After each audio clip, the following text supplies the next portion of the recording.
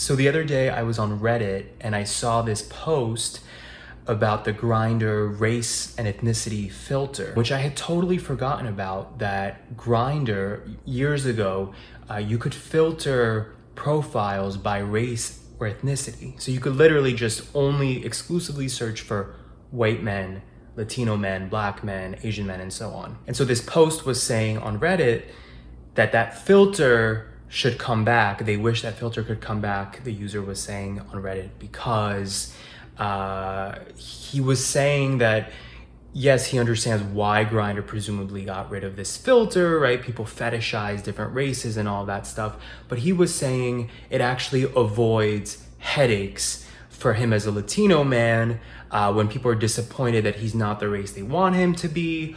Or in his case, he's like, I'm only interested in Latino men. So he just wants to remove that extra, I guess, like headache or work of blocking guys who he's not compatible with. And I thought this was a really interesting point. I obviously understand the issue with fetishizing different races, but he kind of had a point, right? If people are if bigots are going to be on these apps no matter what, right? And people are going to be objectified on an app like GRINDR no matter what, right? So in a sense, I'm like, he has a point that if people are just blocking profiles, or as soon as they contact someone, because on GRINDR, a lot of people hide behind like chest photos and they won't show their face in the beginning. So sometimes you don't know that the person, you don't know what the person looks like at all, right?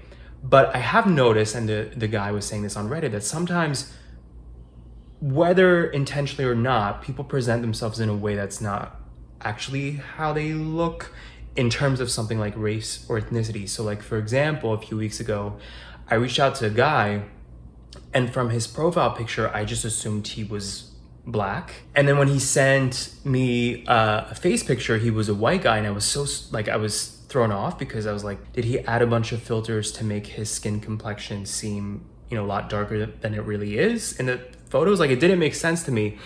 Again, don't know if it was intentional or not.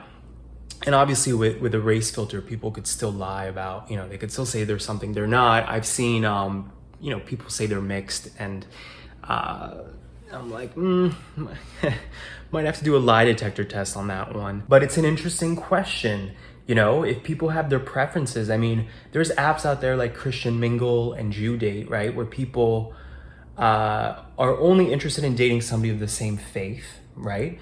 So if that's considered permissible in our society, does it have to inherently be controversial or a negative thing to only want to seek out a specific race? It might be for cultural reasons, just like the religion thing, right? You might only want to check out Middle Eastern men on GRINDR because you're Muslim, and you think you're unlikely to find a fellow Muslim guy for dating or for a relationship if they're not Middle Eastern. You might be an Asian guy who culturally, for family reasons, only wants to date somebody who's Asian. Of course, this also boils down to like, how do you use GRINDR? It's known as a hookup app, right? That's what most people use GRINDR for.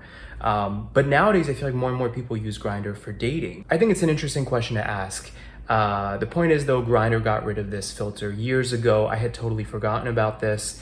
But even when it was available, I do remember that you had to pay.